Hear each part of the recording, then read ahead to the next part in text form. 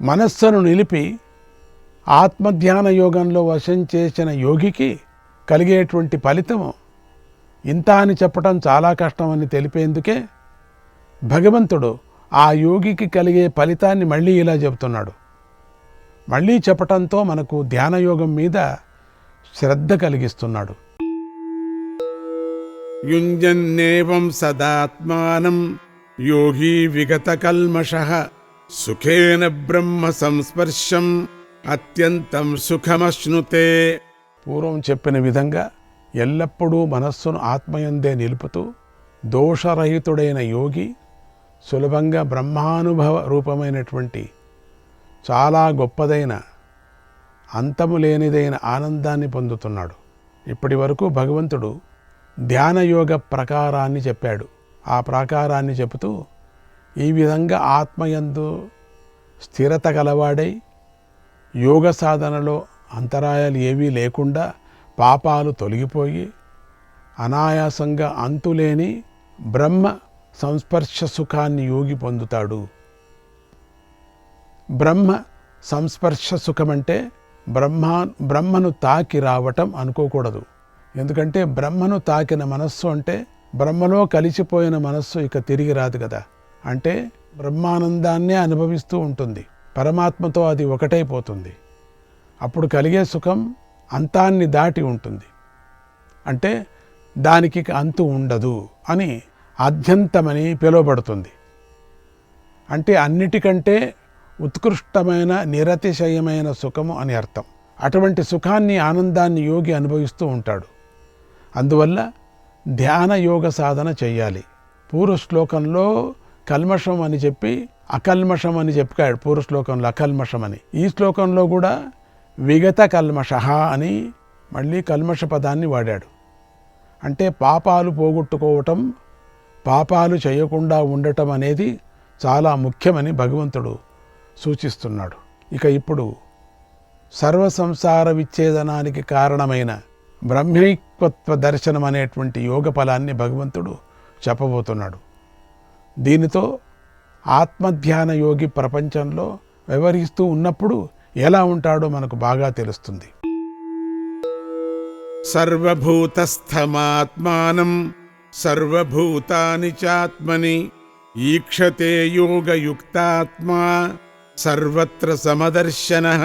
యోగంతో కూడిన మనస్సు కలవాడు సమస్త ప్రాణుల యందు సమదృష్టి కలవాడై తనను తాను సమస్త జీవుల యందు ఉన్నవాడిగాను సమస్త భూతాలు తన యందు ఉన్నవిగాను చూస్తూ ఉంటాడు. భగవంతుడు వెనుక చెప్పినటువంటి ఆనందానుభవానికంటే పైమెట్టు మరొకటి ఉంది. ధ్యానయోగ సాధనలో ఆనందానుభవాన్ని అందుకున్న సాధకుడు ఆ అనుభవానికి పరవశుడైపోకుండా మనస్సును ఇంకా బాగా ఏకాగ్రం చేసుకుంటే అప్పుడు అతడు తన చుట్టూతా ఉన్నటువంటి అన్ని జీవులను హెచ్చు తగ్గులు లేకుండా పరబ్రహ్మనే చూడగలుగుతాడు. ఈ జ్ఞానం కలిగితే బ్రహ్మగారి దగ్గర నుంచి గడ్డి పూచ వరకు అన్ని జీవుల్లోనూ సమస్త చరాచర సృష్టిలోనూ తానే వ్యాపించి ఉన్నానని, ఆ జీవులందరూ తనలోనే ఉన్నారని అనుభవించగలుగుతాడు. ఇదే ధ్యాన యోగానికి పైమెట్టు. అన్ని విధాలైనటువంటి సంసార బంధాలను పోగొట్టే మోక్షస్థితి ఇదే. సర్వభూతాలలోనూ ఉన్నటువంటి తనను తనయందు ఏకత్వం పొందిన బ్రహ్మ మొదలు గడ్డి పరక వరకు సర్వభూతాలను యోగి చూస్తాడు. చిత్తాన్ని ఏకాగ్రం చేసిన వాడిని భగవంతుడు ఇక్కడ యోగయుక్తాత్మ అని పిలుస్తున్నాడు. సర్వత్ర సమదర్శన అంటే అంతటా అన్నిటా సమదృష్టి కలవాడు. అంటే బ్రహ్మ మొదలు గడ్డి పరక వరకు నానా విధాలైన భూతాలన్నిటిలోనూ విశేషమనేది చూడకుండా ఒకే బ్రహ్మను చూడగలిగిన వాడు.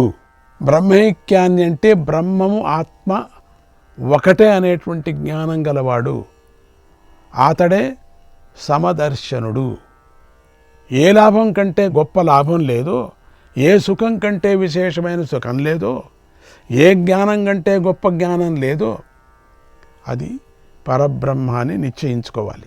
దేనిని చూసిన తర్వాత అంటే ఇక చూడదగినది చూడవలసింది, ఏది మిగిలి ఉండదో, ఏది తానైపోయిన తర్వాత ఇక జన్మ ఉండదో, దేనిని తెలుసుకున్న తర్వాత తెలుసుకోవలసింది మరొకటి ఉండదో అదే పరబ్రహ్మ అని నిశ్చయించుకోవాలి అని ఆత్మబోధ చెప్పింది.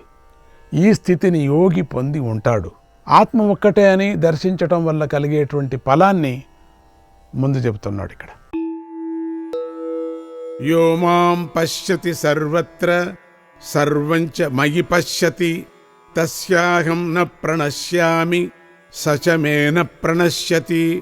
ఎవడైతే అన్ని జీవుల్లోనూ నన్ను చూస్తున్నాడో, సమస్త సృష్టిని నాలో చూస్తున్నాడో, అతనికి నేను కనిపించకుండా పోను, అతనికి నేను కనిపిస్తాను. అతడు కూడా నాకు కనిపించకుండా పోడు.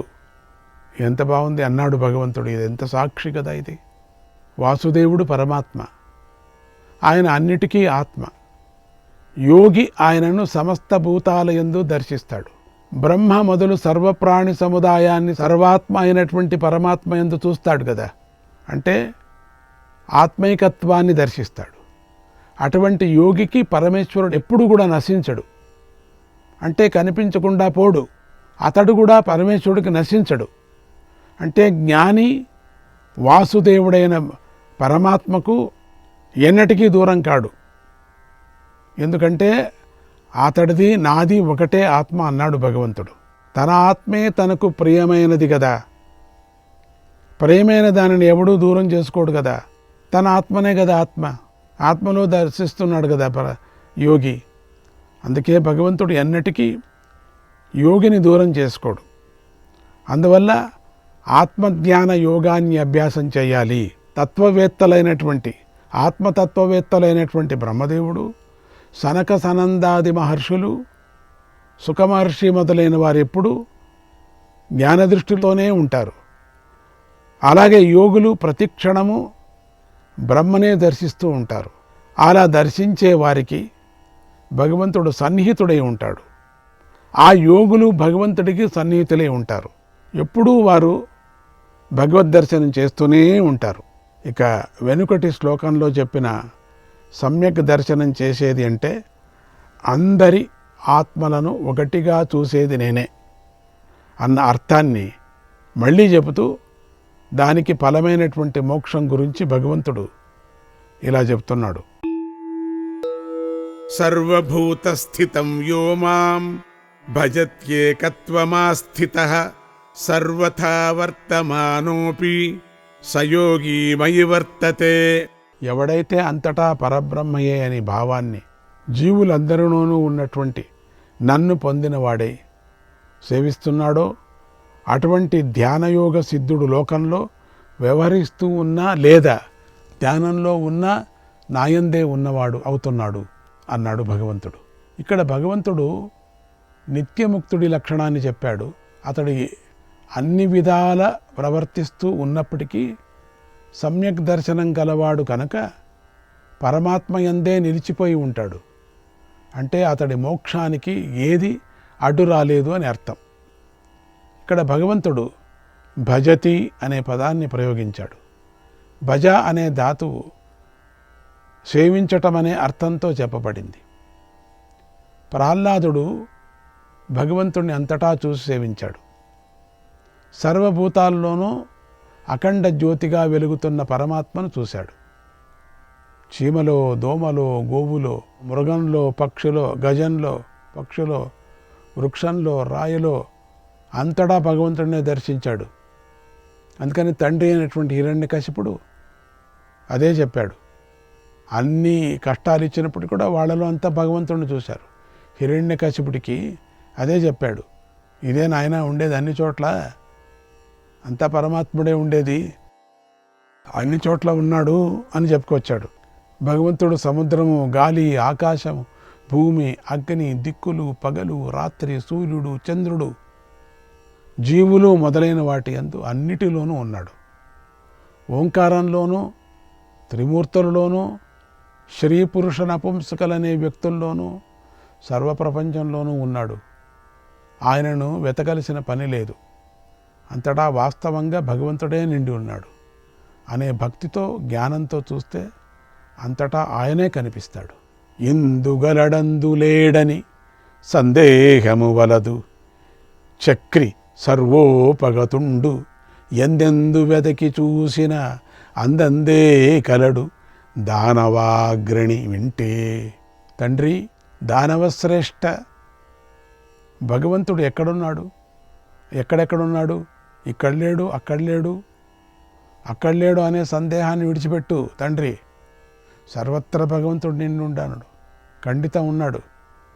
ఎక్కడెక్కడ మనం వెతికి చూస్తామో అక్కడక్కడ భగవంతుడు ఉన్నాడు అన్నాడు ప్రహ్లాదుడు. యోగేన యో మాముపైతి తముపైమ్యః మాదరాత్ తముపైమ్యః మాదరాత్ మోచయామి న ముంచామి మోచయామి న ముంచామి తమఘం మాం సనత్యజేత్ తమఘం మాం సనత్యజేత్.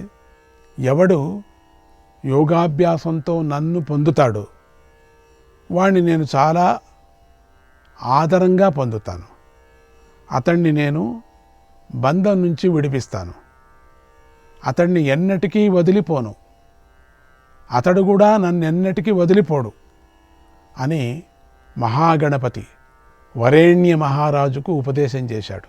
భగవంతుడు చెప్పిన ఆత్మదర్శనంతో జీవులందరినీ తనలాగానే సమంగా చూసేవాడు అందరిలోకి ఉత్తమ యోగి అని భగవంతుడు చెబుతూ అటువంటి యోగిని గురువుగా పట్టుకోవాలి అని కూడా సూచించబోతున్నాడు. ఆత్మౌపమ్యేన సర్వత్ర సమం పశ్యతి యోర్జున సుఖం వా యది వా దుఃఖం సయోగి పరమో మతః. ఓ అర్జున, సర్వప్రాణుల యందు సుఖాన్ని కానీ దుఃఖాన్ని కానీ తనతోనే పోల్చుకుంటూ సమంగా ఎవడైతే చూస్తున్నాడో ఆ యోగి శ్రేష్ఠుడని యోగం తెలిసిన వారి చేత భావింపబడుతున్నాడు అన్నాడు భగవంతుడు. సర్వభూతాల సుఖాన్ని దుఃఖాన్ని తనవిగా భావించేవాడు, సర్వభూతాలను సమంగా చూసేవాడు పరమయోగి. అతడు సమంగా చూసి ఏం చేస్తాడు అంటే, నాకిష్టమైనది సర్వప్రాణులకు సుఖము అనుకూలము, నాకు ఇష్టం లేని అందరికీ కష్టము ప్రతికూలమని చూస్తాడు. అది కదా, తనకులాగానే అందరికీ అనుకూల ప్రతికూలాలు సమానమని తెలుసుకొని ఎవరికీ ప్రతికూలం చెయ్యని అహింసావ్రతంలో ఉంటాడు. ఇదే సమ్యక్ దర్శన నిష్ఠ అని పిలువబడుతుంది. అటువంటి అహింసకుడు యోగులందరిలోకి శ్రేష్ఠుడు. ఆత్మనః ప్రతికూలాని పరేషాం న సమాచరేత్. తనకు ప్రతికూలమైన వాటిని ఇతరులకు చెయ్యకూడదు అని మహాభారతం చెబుతుంది. యోగ సాధన చేస్తూ ఉంటే సహజంగానే సిద్ధులు కలుగుతాయి. ఆ సిద్ధులను చూసి అవే గొప్పవి అనుకొని మోసపోకూడదు. అన్నిటికన్నా గొప్ప యోగ సిద్ధి ఆత్మదర్శనమే. సమమైన ఆత్మదర్శనం చేసినవాడు పరమయోగి అని భగవంతుడు ఇక్కడ సూచించాడు.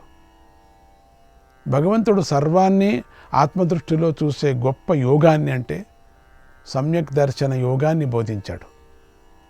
అది చాలా కష్టసాధ్యమైనదని అర్జునుడు గుర్తించాడు. అందుకే దానిని పొందే ఉపాయం తెలుసుకోవాలని భగవంతుడిని ఇలా ప్రశ్నిస్తున్నాడు. అర్జున ఉవాచ యోయం యోగస్త్వయా ప్రోక్తః సామ్యేన మధుసూదన ఏతస్యాహం న పశ్యామి చంచలత్వాత్ స్థితిం స్థిరాం. అర్జునుడు అన్నాడు, ఓ మధుసూదన, నీ చేత సమత్వం అనే లక్షణంతో కూడిన మనస్సుతో సిద్ధించేటువంటి ఏ యోగం చెప్పబడిందో ఈ యోగం యొక్క స్థిరమైన నిలకడను మనస్సు చంచలమైనది కనుక నేను చూడలేకపోతున్నాను. భగవంతుడు అన్నిటికంటే పై స్థాయి యోగాన్ని చెప్పాడు. అదే ఆత్మధ్యాన యోగంతో కలిగే సర్వాత్మ దృష్టి. అటువంటి యోగ సిద్ధి అందరికీ కలిగేది కాదు. దానికెంతో సాధన కావాలి. ఆ సాధన చెయ్యటానికి మనస్సు నిలవాలి కదా. మనస్సు చంచలమైనది, అది నిలవదు, పారిపోతూ ఉంటుంది. మనస్సు నిలవకపోతే సమత్వ దృష్టి ఎలా కలుగుతుంది? కలగదు కదా. అర్జునుడి పరిస్థితి కూడా ఇదే. అందుకే అర్జునుడు అడిగాడు, కృష్ణ, నువ్వు చెప్పిన ఈ యోగము అసలు ఎవరికైనా సిద్ధించిందా, సిద్ధిస్తుందా అని నేను ఎందుకు అడుగుతున్నానంటే, మనస్సు చంచలమైనది కనుక సమదృష్టి అనేది ఎప్పుడైనా ఒకసారి కలగవచ్చేమో, కానీ ఆ స్థితిలో నిలిచిపోవటం అనేది అసంభవమని నాకు తోస్తుంది. ఎవరికీ సాధ్యం కాని దానిని నాకెందుకు చెబుతున్నావు? నీ మాట ఆకాశానికి నిచ్చెన వేయమన్నట్టుగా ఉంది అనేటువంటి అభిప్రాయంలో అర్జునుడు అడిగాడు. ఎందుకప్పా చెప్తున్నావు? నాకు ఆకాశానికి నిచ్చెన వేస్తామా అన్నట్టుగా ఉంది. మనసు నిలిచదు కదా, మనసు విచిత్రమైన చంచలం కదా, పరిగెత్తిపోతుంది కదా. అసలు ఎవరికైనా నిలిచిందే? వాడెవడు? తన ప్రశ్నను ఇంకా ఇలా కొనసాగిస్తున్నాడు. అందరికీ తెలిసిన ప్రసిద్ధమైన విషయాన్ని ఇలా చెబుతున్నాడు. ఈ ప్రశ్న చాలా బాగుంది. అర్జునుడు వేసినటువంటి ప్రశ్నకు భగవానుడు ఏ సమాధానం చెప్తాడో మనం చూస్తాం. చంచలం హి మనః కృష్ణ ప్రమాథి బలవదృఢం తస్యాహం నిగ్రహం మన్యే వాయోరివ సుదుష్కరం. ఓ కృష్ణ, మనస్సు చంచలమైనది, ఇంద్రియాలను మథించి వేస్తుంది, బలమైనది, దృఢమైనది కదా.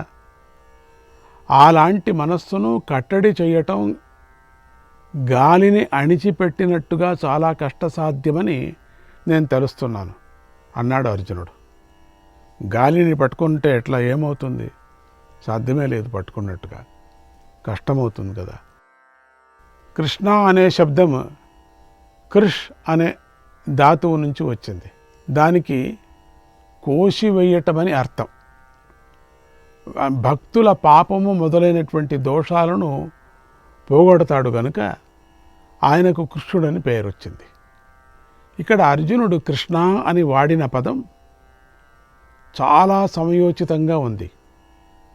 మనస్సు చంచలమైనది, అది ఒట్టి చంచలమే కాదు, ప్రమథనశీలమైనది. అందుకే మనస్సును అర్జునుడు ప్రమాథి అన్నాడు. ప్రమాథి అంటే శరీరాన్ని, ఇంద్రియాలను మతించి వేసి కలవరపరిచి వశం చేసేది అని అర్థం. అటువంటి దానికి బలం లేకపోతే పర్వాలేదు, అప్పుడు మనం చింతించవలసిన పని లేదు. కానీ అది చాలా బలం కలది, దృఢమైనది కదా. సముద్రంలో తిరిగే తంతునాగం అనేటువంటి ఒక జంతువు త్రాడులాగా ఉంటుంది, దానికి చాలా బలం ఉంటుంది. దానిని వరుణ పాశం అని కూడా పిలుస్తారు. దాన్ని ఛేదించడం చాలా కష్టం. అలా మనస్సు కూడా ఛేదించరానిది, చాలా బలమైనది. కనుకనే అటువంటి మనస్సును నిగ్రహించటం కానీ, నిరోధించటం కానీ గాలిని నిరోధించటం లాంటిది. ఆ పొడవైనటువంటి పాము పాము కాదు, జంతువు జంతువు కాదు, విచిత్రమైనటువంటి ఒక ప్రాణి. ఆ పాశము ఒకపారి బంధించేస్తే పెద్ద పెద్ద తిమింగలాలు కూడా కష్టపడతాయి. గాలిని ఎవరూ బంధించలేరు కదా. గాలినైనా అదుపు చేయవచ్చేమో, కానీ ఇక్కడ మనస్సును అదుపు చేయటం ఎవరి తరము కాదు అని నా అభిప్రాయం అన్నాడు అర్జునుడు. కృష్ణుడు జగద్గురువు కదా, ఆయనకి ఎవరికి ఎలా సమాధానం చెప్పాలో బాగా తెలుసు. ఇప్పుడు అర్జునుడికి సమాధానం చెప్పబోతున్నాడు. మనస్సును నిగ్రహం చేసుకునే ఉపాయాలను కూడా చెప్పబోతున్నాడు ఇక్కడ. శ్రీ భగవానువాచ అసంశయం మహాబాహో మనో దుర్నిగ్రహం చలం అభ్యాసేన తు కౌంతేయ వైరాగ్యేణ చ గృహ్యతే. భగవంతుడు అన్నాడు, ఓ గొప్ప వీరుడా, మనస్సు నిగ్రహించటానికి కష్టసాధ్యమైనది, చంచలమైనది, ఇందులో సందేహం లేదు. అయినా కూడా ఓ అర్జున, అభ్యాసంతోనూ వైరాగ్యంతోనూ ఆ మనస్సు నిగ్రహించబడుతోంది అన్నాడు భగవంతుడు. అందరికీ అయ్యింది కదా, అది ఇన్ని యుగాలుగా వస్తున్నది, నిగ్రహించబడుతుంది, అది సందేహం లేదు. శ్రీకృష్ణాయ పరమాత్మనే నమః.